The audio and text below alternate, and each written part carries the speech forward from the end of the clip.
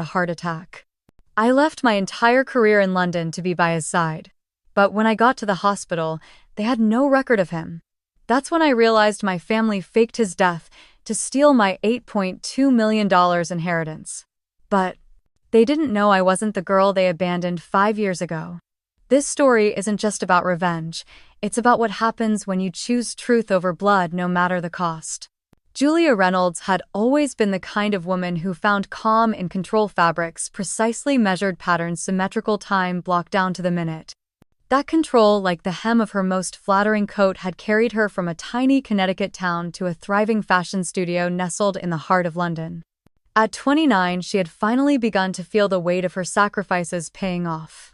Her spring collection was scheduled to debut in less than a week, her name beginning to circulate quietly but persistently in the elite rooms of fashion circles. She had worked years for this moment, and she had earned every inch of it. So when the phone rang at 3:04 a.m. slicing through the hush of her Notting Hill flat, she first reached for it with irritation. But her annoyance dissolved the moment she saw the name flashing across the screen. Melanie. Her younger sister rarely called. Certainly never at this hour. Julia sat up, heart tightening. She thumbed the screen and pressed it to her ear. Hello, a sharp inhale, then sobs. Julia, it's Dad. Melanie gasped through tears. He had a heart attack. It's bad. The doctors said we should prepare for the worst. Julia's throat tightened. What, when, where is he now? They rushed him to West Haven General. Mom's a wreck. Nathan's with her, but Dad kept asking for you. Before they sedated him. Julia, I think you need to come home. The word home had always felt complicated, like a pair of shoes she'd long outgrown but kept out of guilt. Still, she didn't hesitate. I'm on my way, she said, already climbing out of bed. The next hour passed in a blur of frantic motion. She threw clothes into a suitcase with little thought, cashmere sweaters crumpled next to worn-out jeans, stilettos nestled beside worn sneakers. Her hands trembled as she tried to book a last-minute flight, misspelling her own name twice before locking in a business-class seat on the first available transatlantic flight. By the time the sun broke through the London fog, she was standing in the corner office of Marion Dupree, founder and creative director of Harrington House, the boutique fashion house where Julia had worked for the past 3 years. I'm so sorry, Julia said, her voice shaking more from lack of sleep than fear. There's a family emergency. I have to fly back to the States immediately. Marion, a woman known for her steely composure and surgical cheekbones, looked her over with narrowed eyes. You understand what's at stake, don't you? The Milan buyers will be here Monday. Your line is the closing act. I know, Julia whispered. But it's my father. Marion paused. A long silence stretched between them before she gave a slow, reluctant nod. I hope everything turns out all right. But I can't guarantee your place will be waiting when you return. Julia nodded. She expected that. The fashion world had always been brutally transactional. As she stepped into the cab to Heathrow, her thoughts swirled between past and present. Her father, Thomas Reynolds, had always been a force, booming voice, pressed suits, power lunches. Though they hadn't agreed on much in recent years, he had once been the only person in her family who understood her desire to dream beyond the town lines. He used to take her to bookstores on Sundays, tell her stories of Paris runways, while the rest of the family mocked her for sketching dresses instead of filling out college applications for accounting or real estate. But they'd grown distant. Especially after Grandpa Malcolm's death. After the will. Still, the thought of him lying in a hospital bed, frail and clinging to breath, broke her. On the flight, Julia pressed her forehead to the cool window and let herself remember simpler times. Her dad's laugh echoing across their backyard during summer barbecues. How he'd once held her hand through a thunderstorm when she was 7, whispering that lightning was just nature showing off. She couldn't imagine him gone. During the layover in New York, she tried calling the hospital. The line bounced her from one extension to another. No one could give her any information. She called again. And again. By the time she boarded her connecting flight to Hartford, she was running on caffeine, fear, and a thin thread of hope. As the plane touched down, her phone buzzed. A text from a number she didn't recognize. Be careful when you get here. Things aren't what they seem. Julia stared at the message. For a moment she thought it might have been a mistake, then realized it must have been Margaret Whitmore, their elderly neighbor, a woman who had once baked her birthday cakes when her own mother forgot. Her stomach turned. When she stepped off the plane into the humid Connecticut afternoon, the weight of her past came crashing down all at once. She spotted Nathan waiting at baggage claim, hands in the pockets of his gray blazer, his expression unreadable. "Jules," he said, offering a stiff hug. "Glad you're here." "How's Dad?" she asked, her words tumbling out. Nathan paused a beat too long. "We'll talk in the car." Nathan didn't speak much on the way to the car. He rolled Julia's suitcase behind him in silence, his loafers tapping softly against the tile floor of the terminal. Outside, the Connecticut air was thick and muggy, the kind that made your clothes cling to your back and your past cling to your ribs. "Where's the car?" Julia asked, trying not to sound impatient. "I need to see Dad. Now." "It's in the garage," he said. "Not far." They walked in silence, but Julia could feel tension pooling between them like humidity. Her heels clicked on the concrete, steady, determined. Every second she wasn't at the hospital made her pulse throb with more urgency. "Did you bring anything for him?" she asked. "Like his book, or the fleece blanket he likes." "Is he awake?" Nathan didn't answer. It wasn't until they were pulling out of the parking lot in his black BMW that Julia realized something was wrong. "You didn't tell me what room he's in," she said. Nathan stared at the road. "We'll go home first." "No," she said sharply. "Take me to the hospital." "It's not a good time." "What does that mean?" Nathan's fingers tightened around the steering wheel. "Look, Jules, everyone's at the house. It'll be easier if we talk there." "No," she repeated. "Take me to West Haven General right now." Nathan didn't argue, but he didn't look pleased either. The drive there took less than 15 minutes, and every one of them was lined with memories. Julia had buried deep, passing the corner where she'd scraped her knee on a bike at 6, the old brick bakery her dad used to take her to after dance recitals, the faded Walker Street sign near the school her siblings had attended but she'd long since outgrown. When they pulled into the hospital parking lot, she practically jumped out before the car stopped. Inside, the fluorescent lighting was harsh and impersonal. Julia strode to the reception desk, her voice tight but polite. "Hi. I'm looking for a patient, Thomas Reynolds. He was admitted last night. Cardiac emergency." The nurse at the desk blinked at her, then turned to the computer, typing quickly. "I'm sorry," she said after a moment. "We don't have any record of a Thomas Reynolds being admitted in the past 48 hours. Julia leaned forward. "Can you check again? He would have been brought in by ambulance. My sister called me from here. I've been on shift since yesterday morning," the nurse said gently. "No one by that name has come through. Room 312 is empty if that's what you were told. It's been under maintenance since Tuesday." Julia's ears began to ring. I need to call my sister," she said, fumbling for her phone, suddenly lightheaded. Nathan stepped beside her, placing a hand on her shoulder. "Let's go, Jules, I can explain." She shook him off. "You lied," she whispered. "You all lied." "It's complicated," he said. "Come home. We'll talk there." Julia looked around, disoriented, betrayed. Her suitcase still sat in the car, her body still buzzing with adrenaline, and yet it was all fake. All of it. The tears, the urgency, the image of her father asking for her from a hospital bed. None of it was real. "Why?" she asked. "Why would you do that to me?" Nathan looked away. As they drove back, Julia stared out the window, arms crossed tightly. Her mind flashed through every moment since that call, the plane ticket, the suitcase, the conversation with Marion, the silent prayer she'd said just before takeoff. All of it had been built on a lie. Back in the neighborhood where she'd grown up, the houses looked smaller than she remembered. Or maybe she was finally seeing them for what they were, walls that held too many secrets.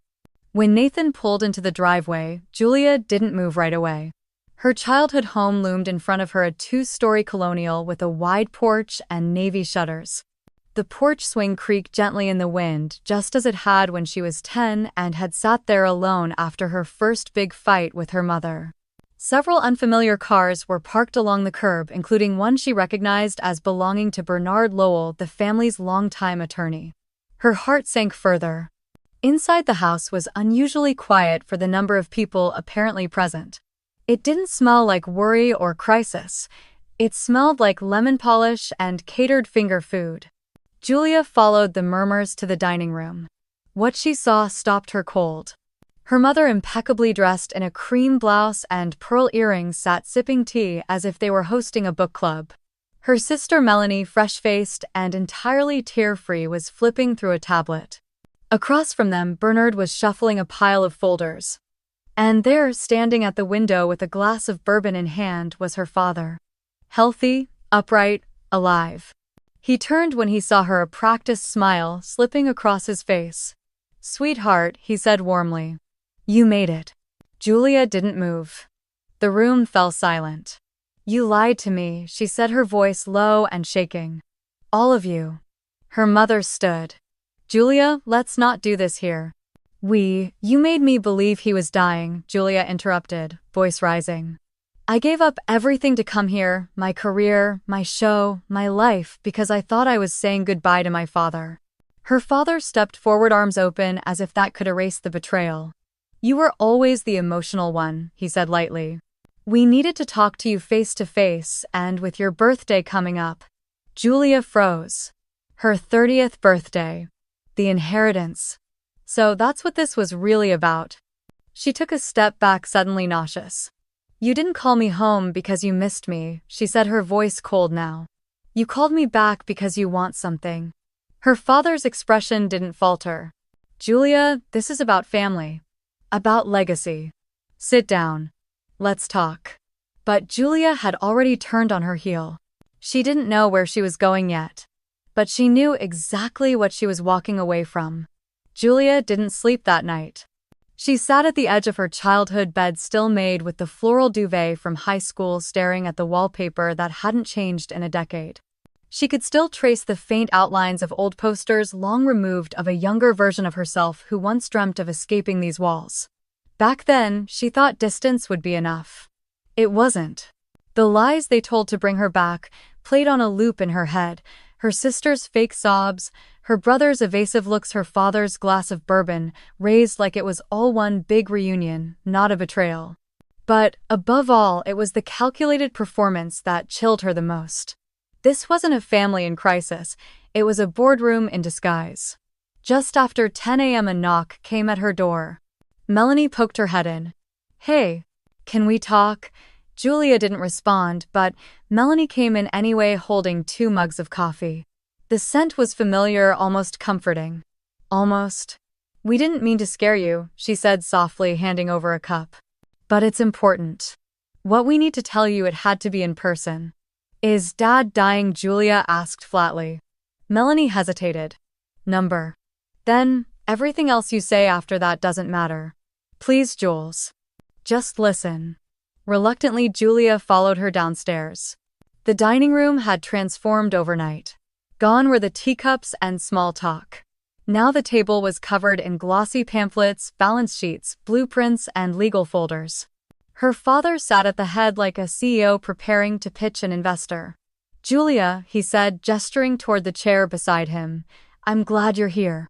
We have an opportunity, an urgent one, and it directly involves you."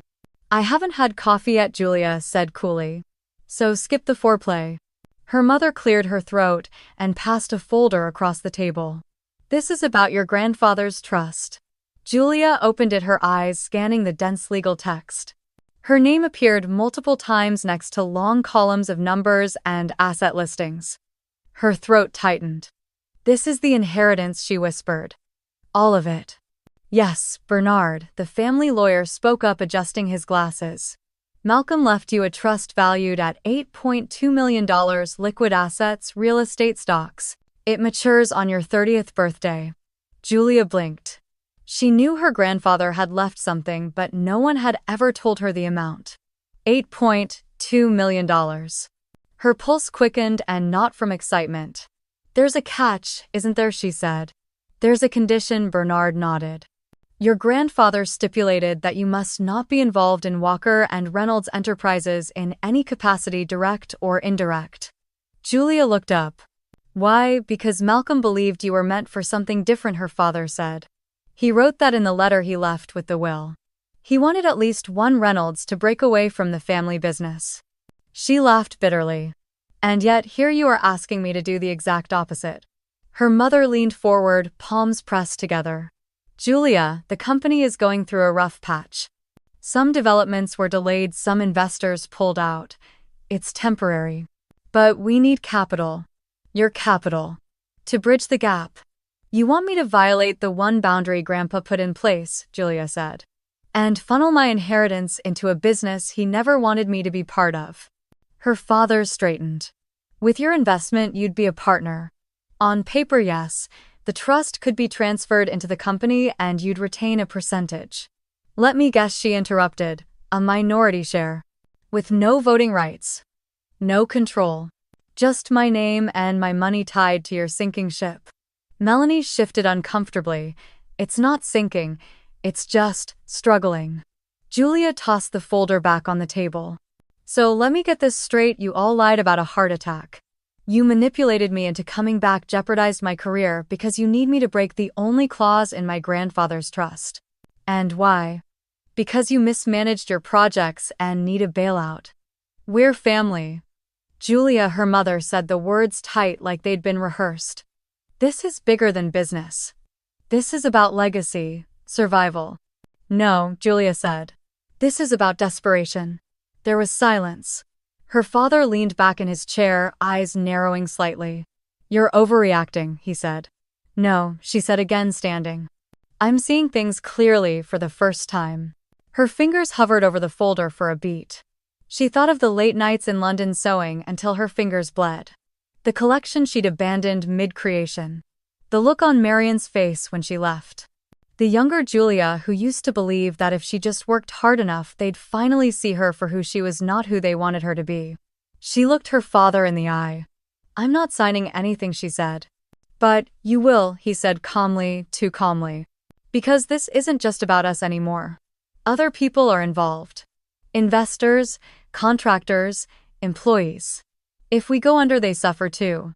Then, maybe you should have thought about that before you lied to your own daughter. Julia turned and walked out of the room. The sound of her heels on hardwood echoed like a gavel. They wanted her inheritance. They were willing to lie for it. But they had made one crucial mistake. They thought she was still the same girl who left this house 5 years ago looking for permission. She wasn't. She was a woman now. And they weren't the only ones with a plan. The door to her childhood room closed with a soft thud behind her, but the sound reverberated through Julia's chest like a cannon. She leaned against it, breathing hard, as if she'd just run miles rather than walked up a staircase lined with family portraits that no longer felt like hers. Her hands were trembling again. This time not from jet lag or confusion, but rage. And heartbreak. She stared at the familiar walls, still painted pale blue with the faint pattern of stars she had begged her mother to stencil when she was 12. The old wooden desk in the corner, scarred with years of pencil scratches and highlighter stains, sat exactly where she'd left it. For a moment, it felt like she'd stepped into a museum exhibit of a girl who no longer existed. She walked over, running her fingers along the edge of the desk. It creaked when she pulled the middle drawer open. Old notebooks. Dried-out pens. A broken bracelet. And tucked beneath a stack of index cards and forgotten theater ticket stubs, something yellowed with age. A letter folded once, sealed in a plain white envelope. Her name written across the front in handwriting so familiar, so distinct it made her breath catch. Julia. Only that. In thick black ink. All capital letters, no flourish. Her grandfather's handwriting. She sank slowly onto the edge of the bed, holding the envelope in her hands for a long time before opening it. Part of her didn't want to read it, like the moment she did he would be gone for real. But the rest of her, the version that had been bruised and trampled by the people downstairs, needed this. Her fingers gently unfolded the page. My dearest Julia, by the time you read this, I will likely be long gone. And if your parents have done what I expect they might, then you're reading it because you need a reminder of who you are, not who they say you are. I want to tell you something that no one else may have ever said to you plainly. You are not an extension of this family. You are a whole person. A person with vision, courage, and your own truth. You do not owe us your loyalty if it costs you your peace.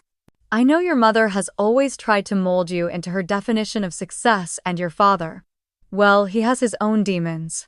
But I've watched you since you were small, building cities out of shoeboxes, designing dresses for dolls when other girls were still playing Tea Party. I saw the way you looked at the world, Julia.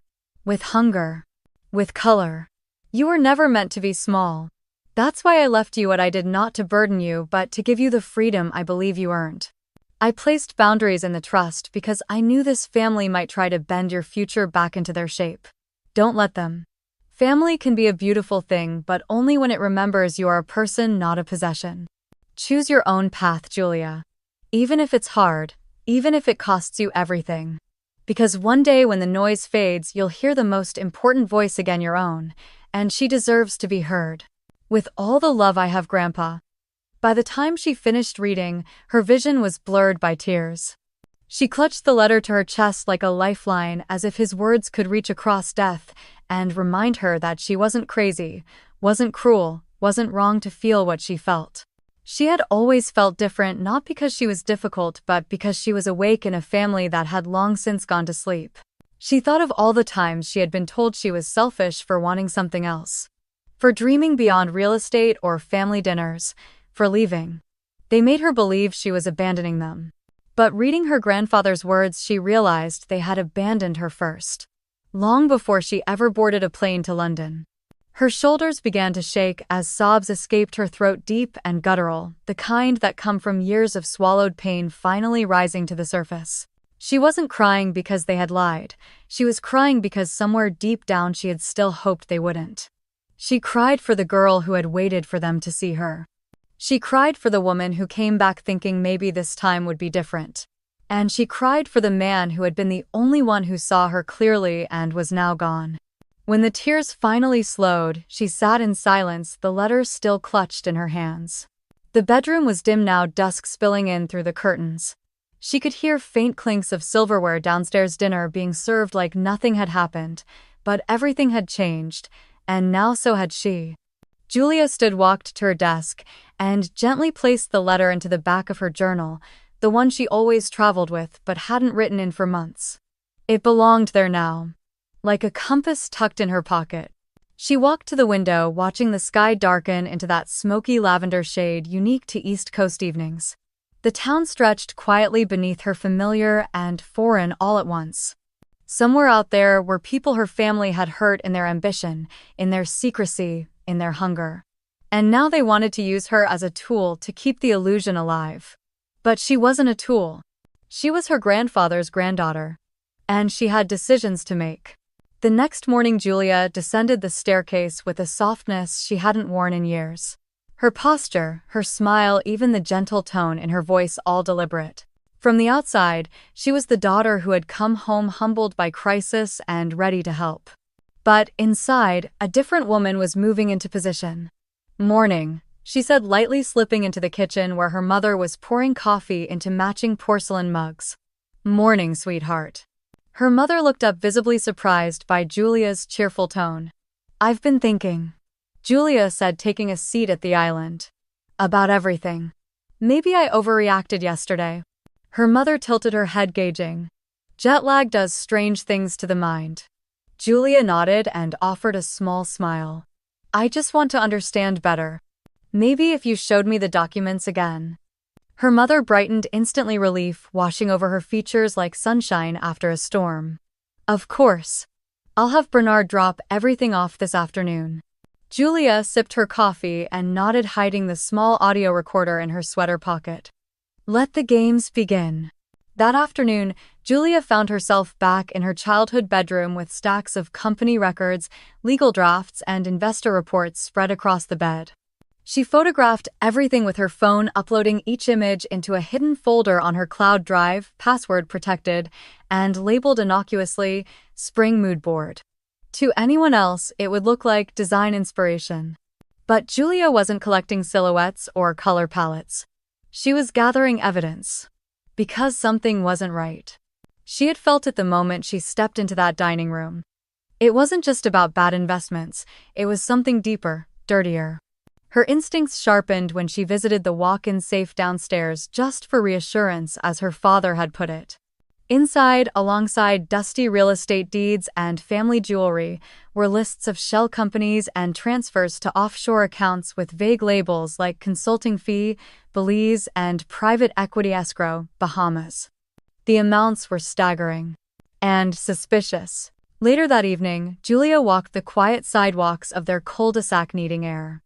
She found herself almost unconsciously at the doorstep of the woman who had once been her second mother, Mrs. Whitmore. Margaret Whitmore was 78 now, her silver hair clipped back with tortoiseshell pins, but her sharp blue eyes hadn't dulled an ounce. When Julia knocked, the door opened almost immediately. "I was wondering how long it would take you to come by," Margaret said, as if they'd spoken just yesterday. "I found your text," Julia replied softly. "Come in." The old house smelled like cedarwood and lemon balm tea. Margaret led her into the cozy den and gestured toward the couch. "I assume you've figured it out by now," she said, settling across from her. "Not everything," Julia admitted. "But something's wrong. Very wrong." Margaret nodded gravely. "They're not just in debt, Julia. Your father and Nathan. They've been operating what amounts to a Ponzi scheme." Julia felt her stomach tighten. Margaret continued, voice steady. "Walker and Reynolds has been using new investor money to pay off old investor returns, all while skimming millions into side accounts. Offshore.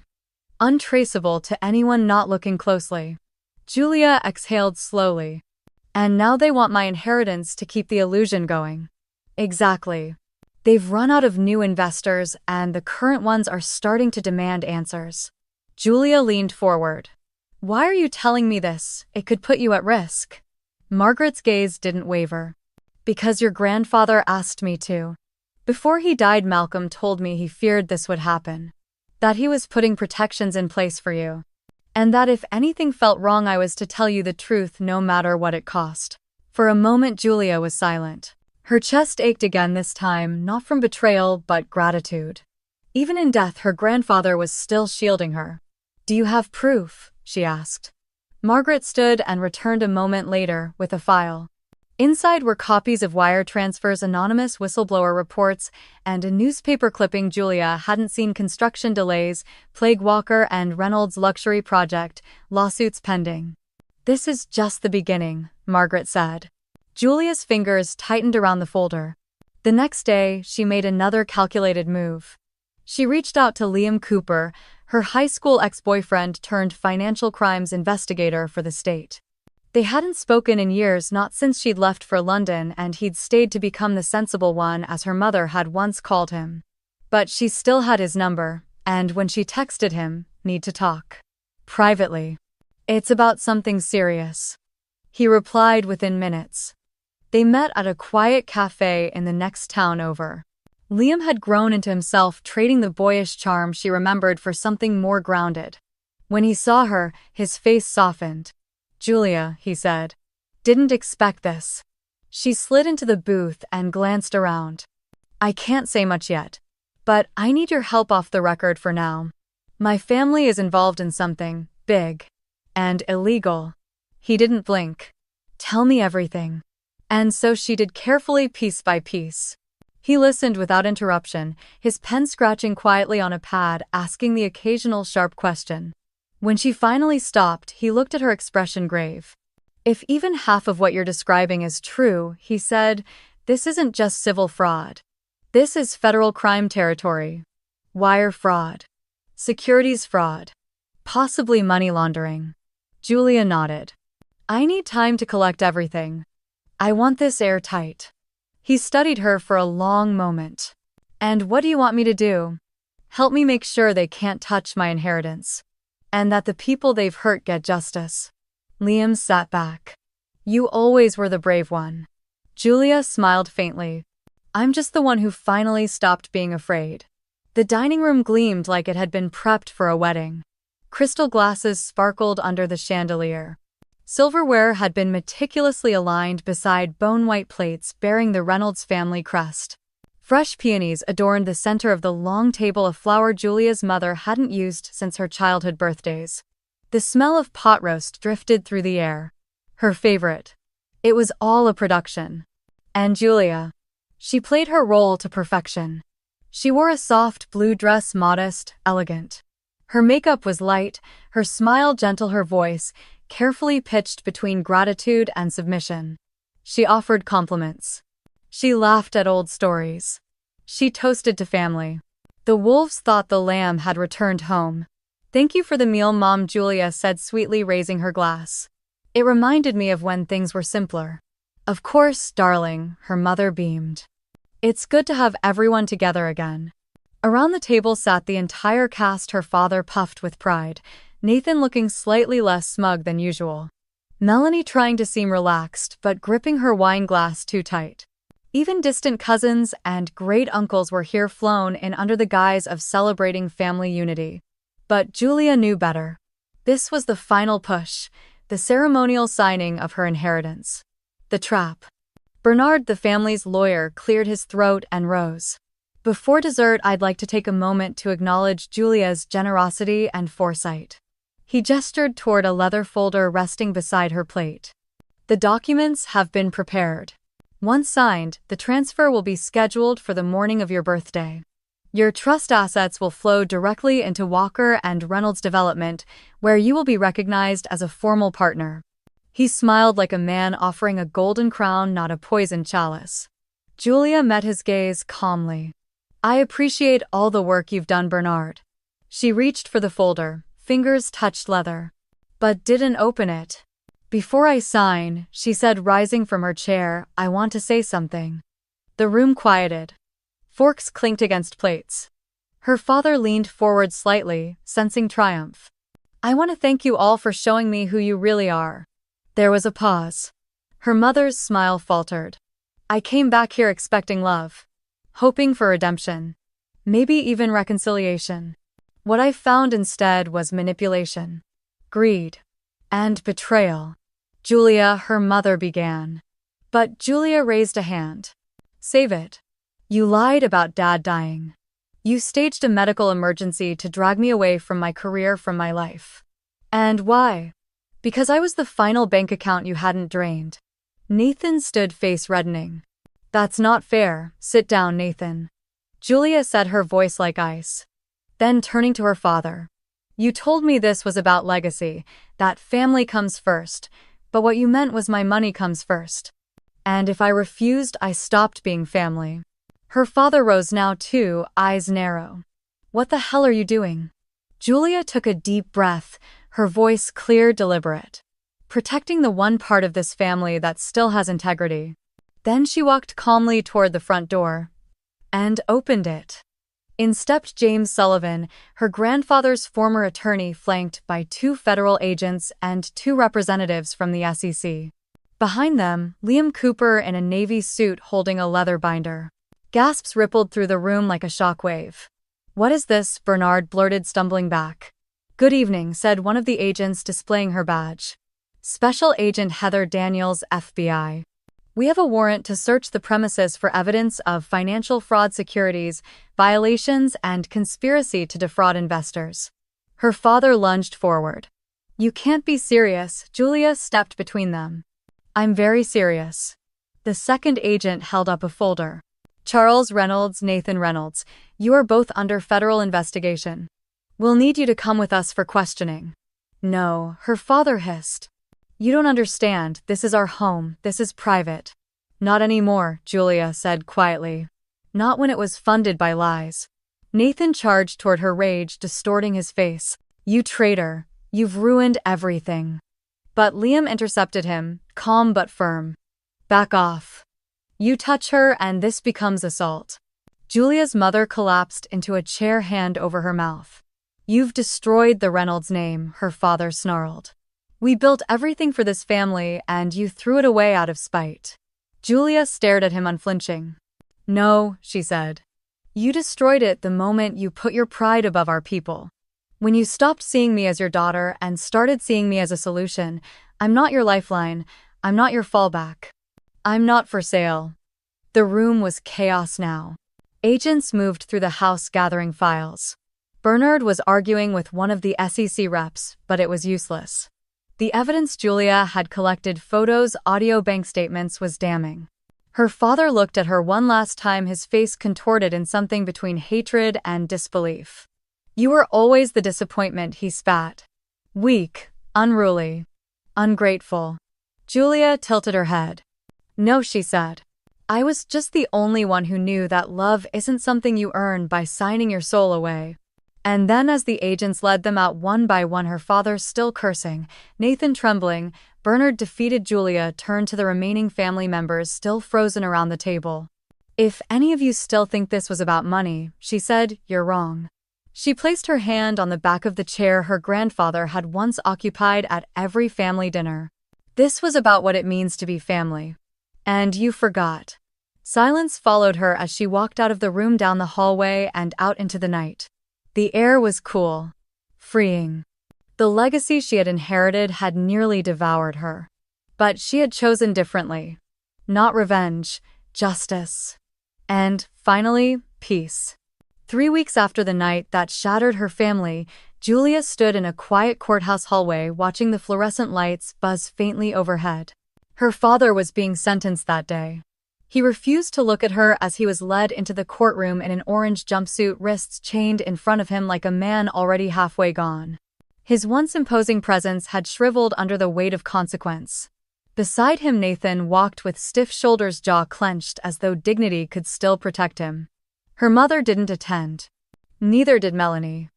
Julia sat alone in the second row, back straight, heart steady. When the judge pronounced 15 years for her father, 9 years for Nathan, and 5 years probation for Bernard, after full license revocation, Julia exhaled deeply. Justice had spoken, but it hadn't healed anything. Not yet. The next day, she stood at the edge of a town hall auditorium in a neighboring county, watching small families and elderly couples file into rows of folding chairs. Some looked curious, others looked angry. And a few looked broken. These were the victims, the ones no one in her family had ever thought twice about. Julia stepped up to the podium, microphone feedback buzzing for a split second before it cleared. "My name is Julia Reynolds," she began, voice calm but firm. "And I'm here because my last name harmed you." The silence in the room thickened. "I didn't know what my family was doing. But once I did, I stopped it. And now I want to help fix what they broke." She swallowed. "I can't give you back your time. Or your peace of mind. But starting today, the Phoenix Grant is open. It's a restitution fund built from my inheritance, your money returned as much as I can make it." Someone in the back let out a breath that sounded almost like a sob. Another stood. An older man in a navy windbreaker, voice trembling. "We put our savings in your father's project. For our grandson's college." Julia met his gaze.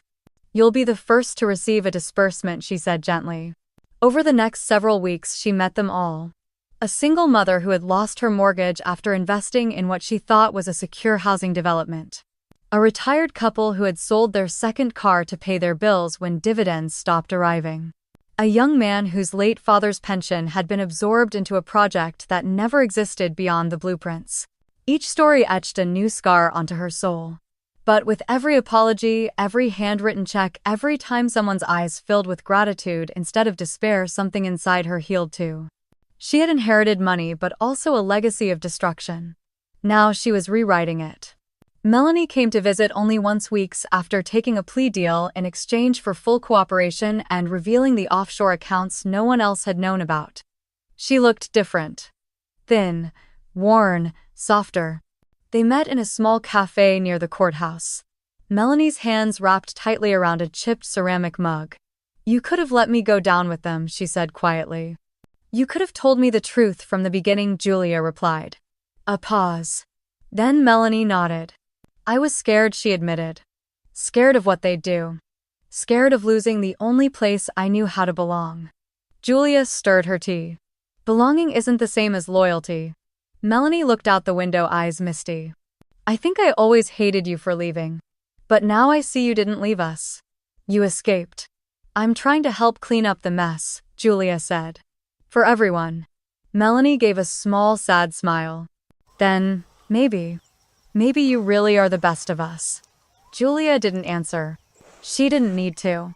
The Phoenix Grant office opened a month later in the same building that once housed Walker and Reynolds' headquarters. Julia refused to rename it after herself. Instead, the foundation's motto, "Rise from the Ruins," was etched into the glass doors. The walls were lined with community artwork. The board included former clients, community advocates, and ethics specialists. Julia worked without a title. Without need for applause, she showed up every day to answer letters, to review restitution cases, to talk to city council about ethical redevelopment, and quietly to begin teaching workshops on financial awareness, especially for women in vulnerable economic positions. Her phone would buzz occasionally with press requests. They called her the heiress who turned on her bloodline. She ignored them, because this was never about vengeance. It was about redemption. One evening, as she was closing the office, a woman in her late 60s walked in. She had deep smile lines, calloused hands, and a pink tote with worn corners. She hesitated. "I'm not here for money," she said. "I just wanted to meet the girl who stood up when everyone else sat down." Julia blinked. "I had 3 sons," the woman continued. "One of them worked for your father. He quit when he found out about the fake permits. Couldn't sleep at night," he said. "They blackballed him in this town. Lost everything." She pulled something from her tote, a photo. Her son smiling in a construction vest. "He took his own life last year. Depression. Shame." Said no one would believe him. Julia swallowed, her throat raw. "I'm so sorry," she whispered. The woman nodded. "He wasn't perfect, but he was brave." She pressed the photo into Julia's hand. "Thank you for proving he wasn't crazy." Then she turned and left. Julia sat in the quiet of the lobby for a long time after clutching the photo. There were some things she would never be able to fix. Some pain too old to reverse. But she could still choose what came next. The prison visiting room was cold in a way that had nothing to do with the temperature. Gray walls. Plastic chairs.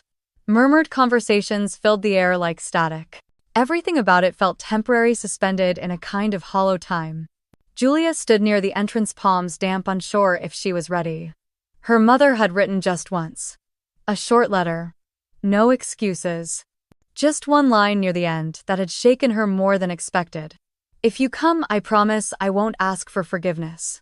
Only understanding." And that was why Julia had come. To understand. To face the woman who'd taught her grace, poise, and conditional love. A door buzzed. From the other side, Helen Reynolds stepped in. She wore a pale blue prison uniform, her silver hair pulled back into a simple bun. She still walked with her back straight, her chin lifted, but her eyes had changed. They were softer now. More human. "Julia," she said, voice trembling just slightly. "I wasn't sure you'd come." "I wasn't sure either," Julia replied, pulling out the metal chair across from her. They sat in silence for several seconds, the weight of decades between them. Not just the recent betrayals, but the whispered criticisms, the withheld affection, the relentless expectations that had shaped Julia's entire girlhood. "You look well," Helen said, finally. Julia tilted her head. "Considering."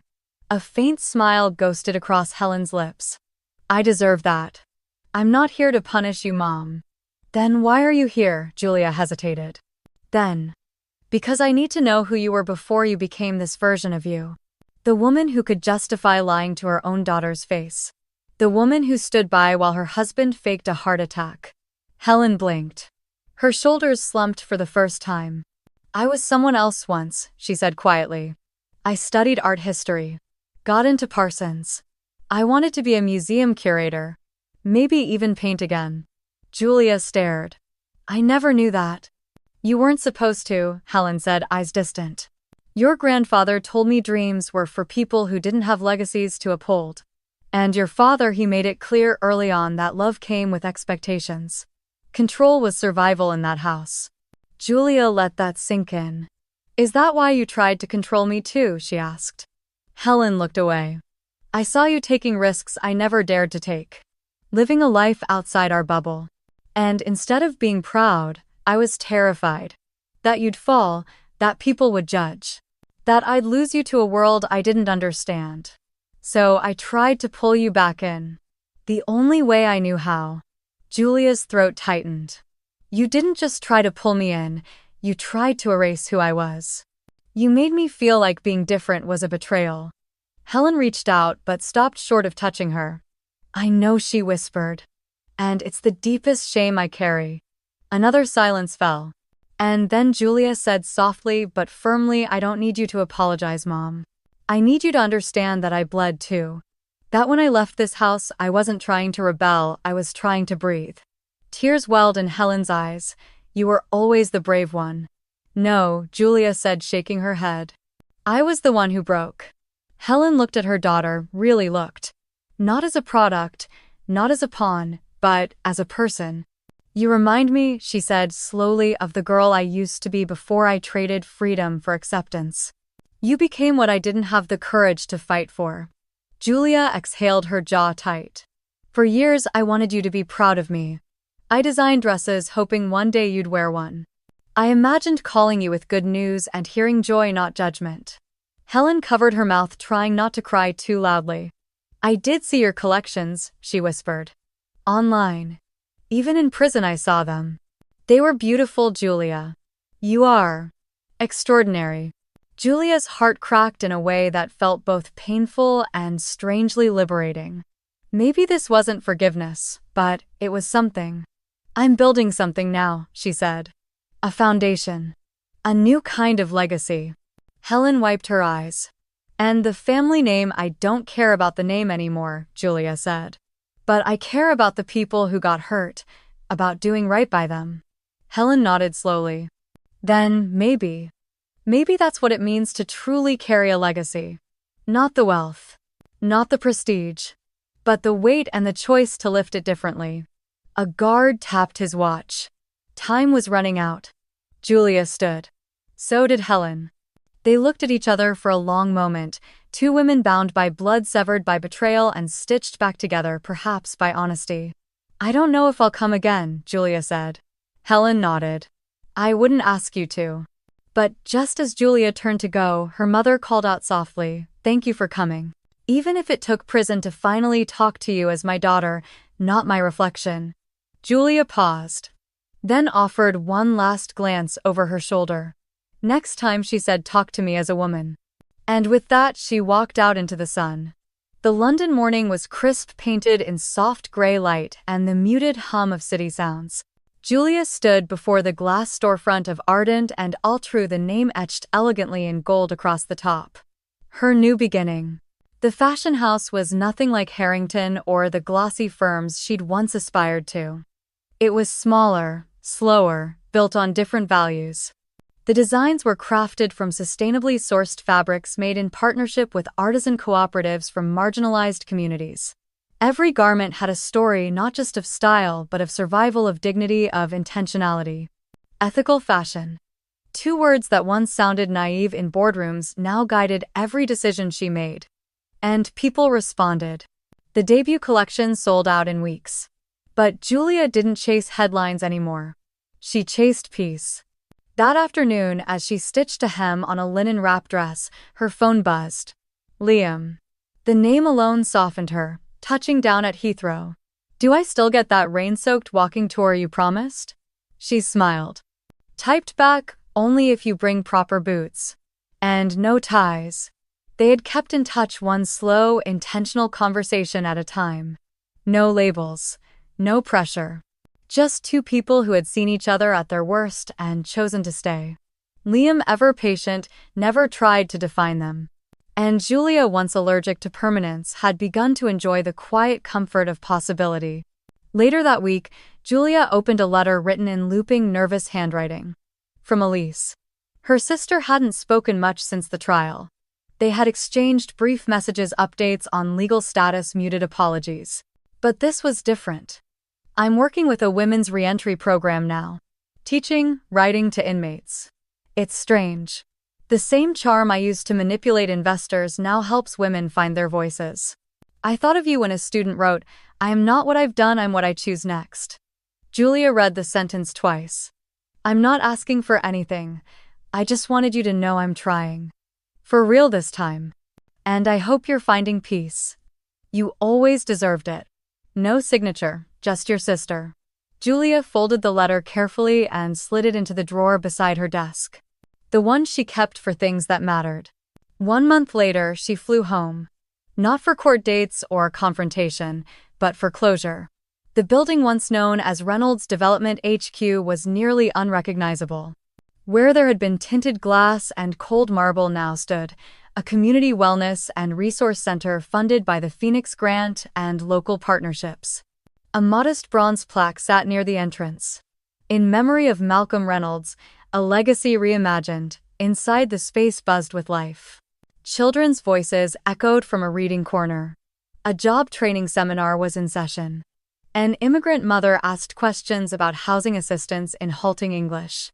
Julia stood in the back unnoticed, heartful. She didn't need them to recognize her. She just needed this place to exist. In the quiet of that afternoon, she stepped into a repurposed office, now a creative writing classroom. Drawings and poems lined the walls. In the corner, a bookshelf held copies of letters from the inside a zine compiled by formerly incarcerated women. Julia flipped one open. A paragraph underlined in blue ink read, "Forgiveness isn't a door we walk through. It's a room we slowly build brick by brick with the hands of our pain." She didn't know who had written it, but it felt like her. Like them. That night, Julia sat alone beneath a starlit sky on the porch of the small cottage she rented outside town. She wrapped a blanket around her shoulders, a mug of tea warming her palms. So much had changed. And yet, so much still ached. There were nights when her father's words haunted her. When she remembered the look in her mother's eyes right before the prison guards led her away. When the ache of not being understood rose again, quiet but present. But now those moments didn't define her. They reminded her of the path she'd chosen, the cycle she had broken, the strength it took to walk away and to stay. As the first chill of fall touched the air, her phone buzzed again. This time a photo from Margaret, now chair of the Phoenix Grant Board. The community garden had just opened. Kids were planting kale. A mural of butterflies spread across the side wall painted by local teens. "Transformation is slow, my dear," Margaret had written once, "but it always begins in silence." Julia smiled, watching the wind stir the leaves around her. She didn't know what came next. More collections, maybe. More letters. Maybe one day her own family. Or maybe not. But whatever came, she knew now how to hold it. With both hands, with an open heart, not as an heir to ruin, but as a woman who had rebuilt herself quietly, deliberately, fully. The rain had stopped sometime before dawn. Julia stood by the wide-paneled window of her London flat, wrapped in a soft cardigan, her bare feet sunk into the wool rug beneath her. The city stretched beyond the glass-muted rooftops, blinking red lights, the quiet heartbeat of morning. In the reflection, she saw herself. Not the version from a year ago, the girl dragged back into chaos by a phone call at 3 a.m., but the woman she had become. Still soft in places, still bruised in memory, but whole. Real. Behind her on the ceiling of the small guest room she'd turned into an art nook glowed a constellation of tiny stars, the same kind her grandfather once helped her stick onto her childhood ceiling back in Connecticut. They weren't the same ones, of course. Those had peeled away long ago, like most of the illusions she'd grown up with. But these new ones she had bought herself. Quietly, deliberately. Placing each one as she remembered. A small rebellion, a quiet reclaiming. She thought of Grandpa Malcolm often. Not the money he left her, though it had changed everything. But the letter. The part that had whispered more than any inheritance ever could, "Family is a beautiful thing, unless they forget you are not an asset. You are a person." How many people had forgotten that simple truth? Her father, who had traded integrity for control. Her mother, who wrapped love in expectation. Even Julia herself, when she once thought being good enough meant being pleasing. But not anymore. Now she understood that legacy wasn't in bloodlines. It lived in the quiet choices no one else saw. The ones you made when no one was clapping. The ones that left you lonelier but freer. Her phone buzzed gently on the windowsill. A text from Liam. "Plane delayed. But I found a bookstore at the gate. Got you another poetry collection. Your shelf will hate me." She smiled. Tapped back shelves are meant to be overfilled with good stories. She paused, then added, "So are hearts." Later that afternoon, she visited the Phoenix Arts Workshop, a new arm of the foundation built inside a renovated textile mill. She watched as a group of women, some newly released from prison, learned pattern making for the first time. Their laughter echoed through the industrial beams, raw and vibrant. A woman named Sarai held up a jacket she had just finished, a clumsy hem, crooked buttons, but her eyes shone. "This," she said, "is the first thing I've ever made that no one told me to throw away." Julia clapped with the others, but inside she blinked back tears. Not out of pity, but out of recognition. Because that's what healing felt like. Creating something you weren't ashamed to keep. As she left the center, she took a detour. To the edge of the city. To a quiet green space where her grandfather's ashes had been scattered beneath an old oak. She knelt in the grass, her fingers grazing the soil. "I thought I had to become someone you'd be proud of," she whispered. "But you already were, not because I followed the path, but because I left it." She reached into her coat pocket, pulling out a swatch of fabric hand-stitched by Sarai, and buried it gently beneath the oak. "Another kind of legacy," she said. That night, back in her flat, Julia sat at her writing desk. She opened a new journal, clean pages, stiff spine. At the top of the first page she wrote, "I didn't choose my family, but I chose the truth. And the truth is the most beautiful part of the inheritance I kept." She closed the journal. Exhaled. Not everything had been mended. Some things never would be. Her father hadn't written from prison. Her mother's letters had become sparse. Melanie was still figuring herself out. But the cycle had broken. Because Julia had said no. Had said enough. Had said me. And now she was living the kind of story her grandfather would have quietly tucked into his pocket. Not loud, not perfect. But true. As she curled into bed, the stars on her ceiling glowed faintly above her. And for the first time in a long time, she didn't dream of running. She dreamt of building, of new names, new families, new beginnings. And somewhere in that vast space between pain and peace, Julia Reynolds, the woman who had once been seen only as an